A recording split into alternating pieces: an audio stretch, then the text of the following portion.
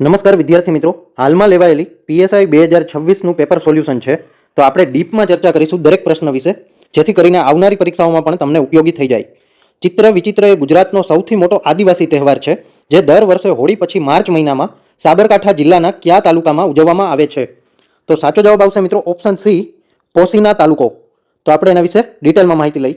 હવે આ જે ચિત્ર વિચિત્ર મેળો છે એ સાબરકાંઠા જિલ્લાના પોશીના તાલુકામાં ગુણભાખરી ગામે ઉજવવામાં આવે છે.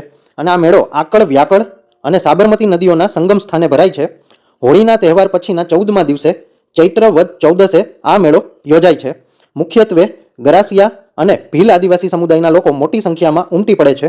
આ મેળાનું નામ મહાભારત કાળના રાજા શાંતનુના પુત્રો ચિત્રવીર્ય અને વિચિત્રવીર્ય પરથી પડ્યું હોવાનું માનવામાં આવે છે. મેળાના પ્રથમ દિવસે લોકો નદીમાં સ્નાન કરી પૂર્વજોના અસ્થિ વિસર્જન કરે છે અને ત્યારબાદ ઉત્સવની ઉજવણી થાય છે. હવે નેક્સ્ટ ક્વેશ્ચન, બરોડાના ફર્સ્ટ રેસિડેન્ટ તરીકે મેજર એલેક્ઝાન્ડર વોકરની નિમણૂક કોના દ્વારા કરવામાં આવી હતી? તો સાચો જવાબ આવશે મિત્રો ઓપ્શન ડી, ગવર્નર ડંકન. બરાબર. તો હવે એની નિમણૂક છે એ 1802માં કરવામાં આવી હતી. તે સમયે જોનાથન ડંકન મુંબઈના ગવર્નર હતા અને વોકરે ગાયકવાડ શાસન અને બ્રિટિશ ઈસ્ટ ઇન્ડિયા કંપની વચ્ચેના સંબંધો સ્થાપિત કરવામાં મહત્વની ભૂમિકા પણ ભજવી હતી. હવે નેક્સ્ટ ક્વેશ્ચન જોઈશું, ભુજના પ્રસિદ્ધ આઈના મહેલના મુખ્ય સ્થપતિ કોણ હતા? તો સાચો જવાબ આવશે મિત્રો ઓપ્શન એ, રામસિંહ માલમ. હવે આ મહેલનું નિર્માણ 18મી સદીમાં એટલે કે આશરે 1750થી લઈ અને 1761માં કચ્છના મહારાવ લખપતજી દ્વારા કરાવવામાં આવ્યું હતું. રામસિંહ માલમ 18 વર્ષ યુરોપમાં રહ્યા હોવાથી તેને આ મહેલમાં ભારતીય અને યુરોપિયન શૈલીનો અદ્ભુત સમન્વય પણ કર્યો હતો. હવે તે કાચની કોતરણી અને અરીસાઓમાં કામ માટે પેલેસ ઓફ મિરર્સ તરીકે પણ જાણીતો છે અને મહેલના કાચ, ટાઇલ્સ, ઘડિયાળો તે સમયે રામસિંહના માર્ગદર્શન હેઠળ સ્થાનિક સ્તરે બનાવવામાં આવ્યા હતા. આ મહેલ ભુજના જૂના દરબારગઢ સંકુલમાં પ્રાગ મહેલની બાજુમાં આવેલો છે. હવે નેક્સ્ટ ક્વેશ્ચન જોઈશું, નીચેના વિશેષતા ધરાવતું લોક નૃત્ય કયું છે? તો આ નૃત્ય મુખ્યત્વે રબારી અને ભરવાડ સમુદાય દ્વારા કરવામાં આવે છે અને સ્ત્રીઓ પોતાના પગ લયબદ્ધ રીતે હલાવતા સંગીત રચવા માટે નીચે પહેરેલી ઝાંઝરીઓ વડે પોતાની એડીઓ વચ્ચે પિન્ના અથડાવે છે. તો સાચો જવાબ આવશે મિત્રો ઓપ્શન સી, ટીટોળો નૃત્ય. તો આપણે એના વિશે વિગતે ચર્ચા કરીશું. હવે ટીટોળો નૃત્ય છે મુખ્યત્વે સૌરાષ્ટ્રના રબારી અને ભરવાડ સમુદાય દ્વારા કરવામાં આવે છે. આ નૃત્યમાં સ્ત્રીઓ લયબદ્ધ રીતે પોતાના પગ હલાવી પગમાં પહેરેલ ઝાંઝરીઓના પિન્ના એડીઓ વચ્ચે અથડાવીને મધુર સંગીત ઉત્પન્ન કરે છે. હવે નેક્સ્ટ ક્વેશ્ચન જોઈશું, વડનગરના બૌદ્ધ મઠ બાબતે નીચેના પૈકી કયા વિધાનો સાચા છે? તો ઈસવીસન 2જી સદીના મધ્યના બૌદ્ધ મઠ વડનગરના કિલ્લાબંધ વિસ્તારમાં આવેલા છે.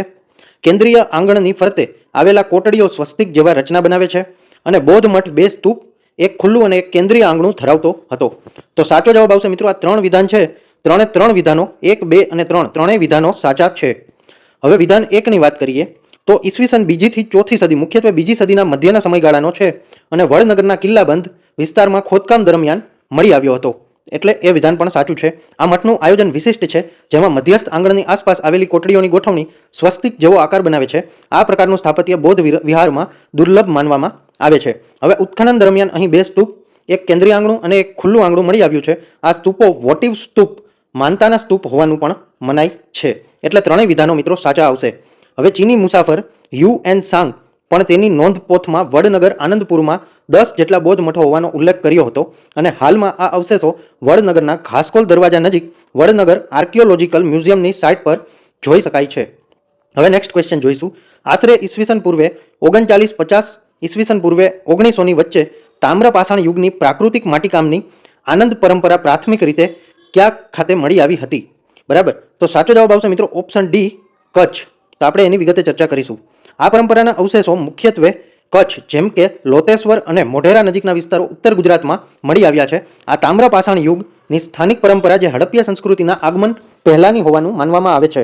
આ પરંપરામાં પ્રાકૃતિક અને હાથની બનાવેલા માટીકામની વિશિષ્ટ શૈલી જોવા મળે છે, જે તે સમયના સ્થાનિક લોકોની જીવનશૈલી દર્શાવે છે.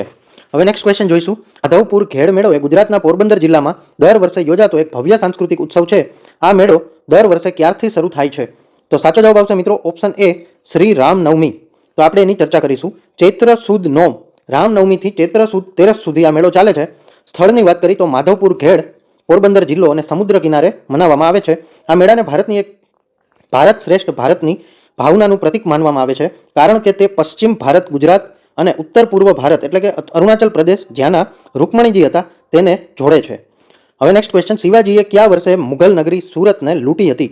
તો સાચો જવાબ આવશે મિત્રો ઓપ્શન એ 1664 અને 1670. હવે શિવાજી મહારાજને સ્વરાજ્યના વિસ્તરણ અને મુઘલો સામેના યુદ્ધ માટે નાણાકીય ભંડોળની જરૂર હતી. તે સમયે સુરત મુઘલ સામ્રાજ્યનું સૌથી સમૃદ્ધ બંદર હતું અને વેપારી મથક હતું, જેને મક્કાનું પ્રવેશદ્વાર પણ ગણવામાં આવતું હતું. આ લૂંટથી મુઘલ બાદશાહ ઔરંગઝેબની પ્રતિષ્ઠાને મોટો ધક્કો લાગ્યો હતો અને મરાઠા સામ્રાજ્યની શક્તિમાં વધારો પણ થયો હતો. હવે નેક્સ્ટ ક્વેશ્ચન, મહારાજા ધીરાજની સાર્વભૌમ ઉપાધિ ધારણ કરનાર પ્રથમ વાઘેલા રાજા કોણ હતા? તો સાચો જવાબ આવશે મિત્રો ઓપ્શન એ વિસળદેવ વાઘેલા. હવે આપણે એની ચર્ચા કરી લઈએ. તેમણે સોલંકી વંશના અંતિમ રાજા ત્રિભુવનપાળ પાસેથી સત્તા મેળવી હતી.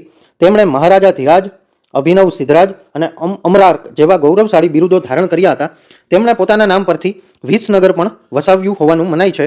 તેમના શાસનકાળ દરમિયાન ડભોઈના કિલ્લાનો જીર્ણોદ્ધાર થયો હતો અને પ્રસિદ્ધ કવિ નાનક તેમના રાજ દરબારમાં હતા. હવે નીચેના પૈકી કયા જૈન તીર્થંકરે શત્રુંજયની ટેકરી પર પોતાની પહેલો ઉપદેશ આપ્યો હોવા તેને પવિત્ર બનાવી હતી? તો સાચો જવાબ આવશે મિત્રો પ્રથમ તીર્થંકર. તો આપણે એની વિગતે ચર્ચા કરીશું. હવે જૈન માન્યતા અનુસાર ભગવાન ઋષભદેવે આ પવિત્ર પહાડ પર પોતાનો પ્રથમ ધર્મ ઉપદેશ આપ્યો હતો. શત્રુંજય પર્વતને તીર્થ ધીરાજ ગણવામાં આવે છે કારણ કે તે અનંત સિદ્ધિઓ અને મોક્ષ ભૂમિ છે. પાલીતાણામાં પર્વતની ટોચ પર આવેલું સૌથી ભવ્ય અને મુખ્ય મંદિર ભગવાન આદિનાથને સમર્પિત છે. આપણે ડેઇલી જે એક્ઝામ લેવાઈ ગઈ છે, જેમ કે PSI 2026, એના પ્રશ્નોની ચર્ચા કરીએ છીએ અને એને વિગતવાર સમજીએ છીએ. તો મિત્રો, આ વિડીયો તમને ગમ્યો હોય તો લાઇક કરી દેજો. તમે કઈ એક્ઝામની તૈયારી કરો છો એ કમેન્ટ કરી અને જરૂરથી જણાવજો. તમારા મિત્રો કોઈ એક્ઝામની તૈયારી કરતા હોય તો એના વિડીયો અચૂકથી શેર કરજો. અને આ ચેનલમાં નવા હોય તો ચેનલને સબસ્ક્રાઇબ જરૂરથી કરી દેજો. બેલ આઇકન પણ દબાવી લેજો, જેથી આવનારી તમામ અપડેટ આપના સુધી સૌ પ્રથમ પહોંચી જાય. ધન્યવાદ.